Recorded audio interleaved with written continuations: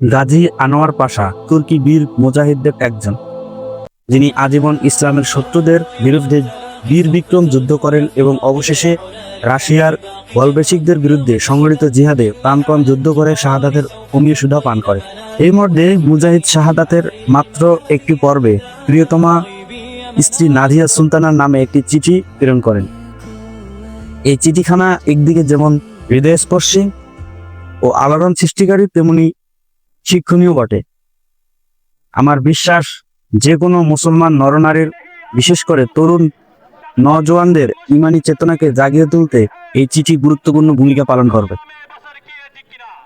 উল্লেখ্য যে এই চিঠিখানা প্রথমে তুরস্কের সংবাদপত্রে এবং পরে 1923 খ্রিস্টাব্দে তৎকালীন ভারতবর্ষের একটি পত্রিকা ছাপা হয়। চিঠিখানা নিম্নরূপ: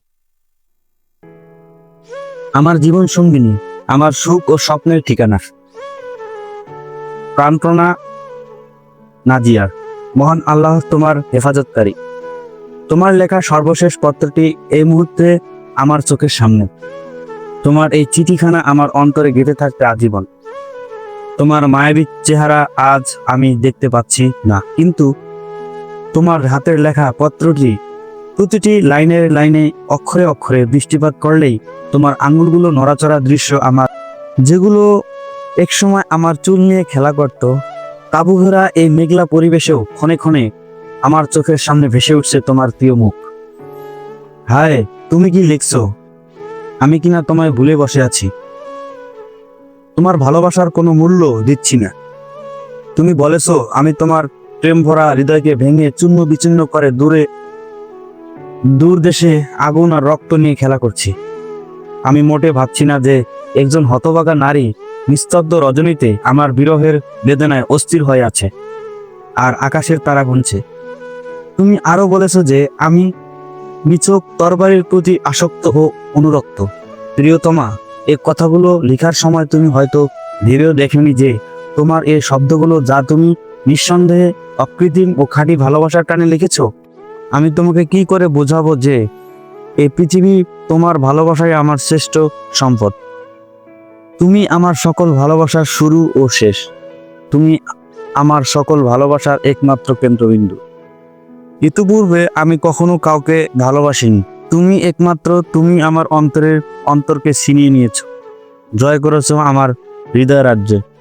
তবুও আজ কেন আমি এত দূরে, কেন তোমার থেকে বিচ্ছিন্ন হয়ে আছি?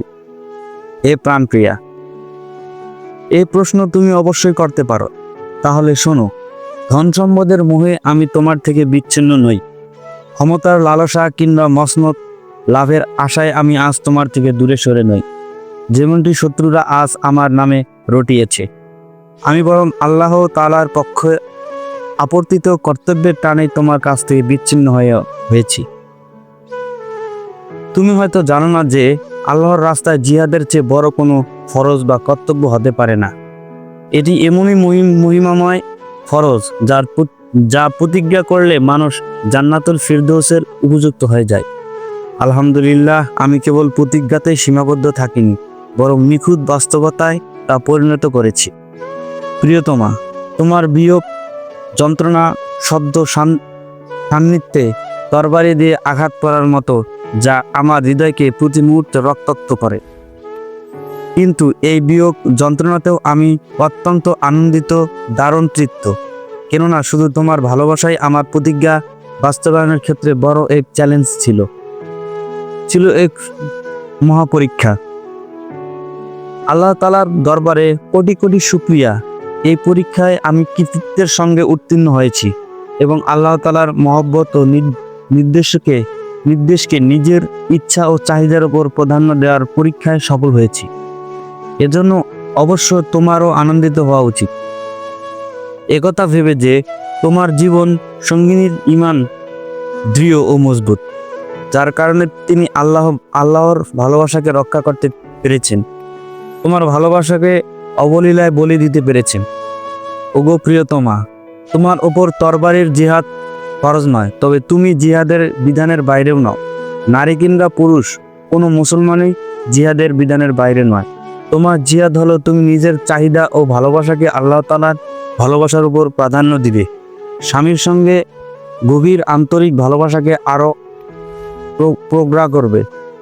স্মরণ রাখবে, এই কামনা কখনোই করবে না যে তোমার স্বামী জিহাদের ময়দান হতে অক্ষত অবস্থায় তোমার ভালোবাসা ও আদরের কোলে ফিরবে, কারণ এরূপ কামনা হবে স্বীয় স্বার্থের জন্য, যা আল্লাহর নিকট অপছন্দনীয়।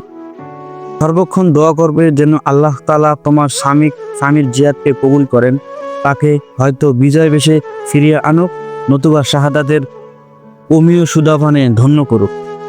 তুমি জানো, আমার এই ঠোঁট কখনো নাপাক মদ স্পর্শ করেনি, বরং এই ঠোঁট সর্বদাই আল্লাহর তেলাওয়াতে মশগুল থাকে। প্রিয়তমা, সে মুহূর্তে কতই না মোবারক ও মহিমাময় হবে যখন আমার দেহ থেকে বিচ্ছিন্ন হয়ে যাবে আমার শির দ্বারা, যাকে তুমি অত্যন্ত চমৎকার বলতে, যা তোমার দৃষ্টিতে কোনো যোদ্ধার দেহ ছিল না, ছিল একজন লাবণ্যময় প্রিয়দর্শী পুরুষের দেহ।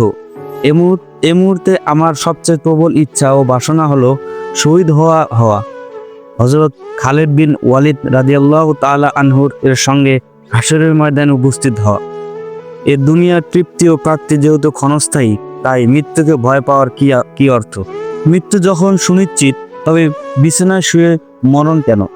তদুপরি শাহাদাতের মৃত্যু তো মৃত্যু নয়, বরং প্রকৃত বেঁচে থাকা অনন্তকালের জন্য। নাজিয়া, তোমার প্রতি আমার প্রথম ওসিয়ত, আমি শহীদ হয়ে গেলে তোমার দেবর আমার ছোট ভাই নুরি পাশার সঙ্গে বিবাহ বন্ধনে আবদ্ধ হয়ে যাবে। আমার চোখে তোমার পরে আমার সর্বাধিক প্রিয় পাত্র হলো নুরি। আমি চাই আমার আখিরাতের যাত্রার পর থেকে নিয়ে আজীবন সে তোমার খেদমত করুক। আমার দ্বিতীয় ওসিয়ত হলো, তোমার যত সন্তান হবে তাদের সকলকে আমার জীবন ইতিহাস শোনাবে, ইসলাম ও দেশপ্রেমের প্রতি উদ্বুদ্ধ করবে এবং আল্লাহর রাস্তায় পাঠিয়ে দেবে। যদি তুমি আমার এই ওসিয়তকে রক্ষা না করো, তবে মনে রেখো, জান্নাতে আমি তোমার থেকে আলাদা হয়ে থাকব। আমার তৃতীয় ওসিয়ত হলো, মুস্তফা কামাল পাশার সঙ্গে সুন্দর আচরণ করবে, সাধ্যমতো তার সাহায্য করবে, কেননা মুহূর্তেই মহান আল্লাহ তাআলা দেশের স্বাধীনতা সার্বভৌমত্ব অর্জন তার উপর নির্ভরশীল রেখেছে। প্রিয়, এবার তাহলে বিদায়। কেন যেন আমার মন বলছে এই চিঠি তোমার প্রতি আমার শেষ চিঠি, এরপর আর কখনো কোনো চিঠি লেখার সুযোগ হবে না। কি আশ্চর্য, হয়তো আগামীকালেই আমি শহীদ হয়ে যাব। ধৈর্য ধরো, ধৈর্য হারাবে না। আমার শাহাদাতের পর ব্যাকুল ও পেরেশান হওয়ার স্থলে তুমি খুশি ও আনন্দিত হবে, এজন্য যে আল্লাহ তাআলা তার রাস্তায় আমাকে কবুল করেছেন। এটা তোমার জন্য গৌরবের বিষয়। নাজিয়া, এখন বিদায় নিচ্ছি। আমার কল্পনা ও স্বপ্নের জগতে তোমাকে আলিঙ্গন করছি। ইনশাআল্লাহ জান্নাতে দেখা হবে, তারপর আর কখনো বিচ্ছিন্ন হব না। উল্লেখ্য যে এই পত্র লেখার সময় মোস্তফা কামাল পাশা শুধু ইসলামের একজন সাধারণ মুজাহিদ হিসেবে খ্যাত ছিলেন। তখনও তিনি তুরস্কের ইসলামের দুশমনদের বিরুদ্ধে যে সকল পদক্ষেপ গ্রহণ করেননি, যা তাকে পরবর্তীতে জগৎ বিখ্যাত প্রবাদ পুরুষকে পরিণত করেছিল। প্রিয় পাঠক, গাজী আনোয়ার পাশার এই প্রাণপ্রিয় স্ত্রী নাজিয়ার কাছে লেখা জীবনের শেষ চিঠিতে একজন প্রকৃত মুমিন ও আদর্শ স্বামীর সুন্দর একটি চিত্র অত্যন্ত সুন্দরভাবে ফুটিয়ে তুলেছেন। তিনি যেন চোখে আঙ্গুল দিয়ে কিয়ামত পর্যন্ত আগত প্রতিটি স্বামীকে বুঝিয়ে দিতে চেয়েছেন, একজন খাঁটি মুমিন কখনোই আল্লাহর ভালোবাসার সামনে অন্য কোনো ভালোবাসার প্রাধান্য দিতে পারে না, এমনকি স্ত্রীর ভালোবাসাকেও না।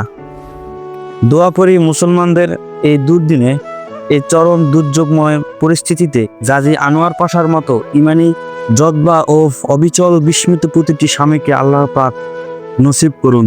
আমিন।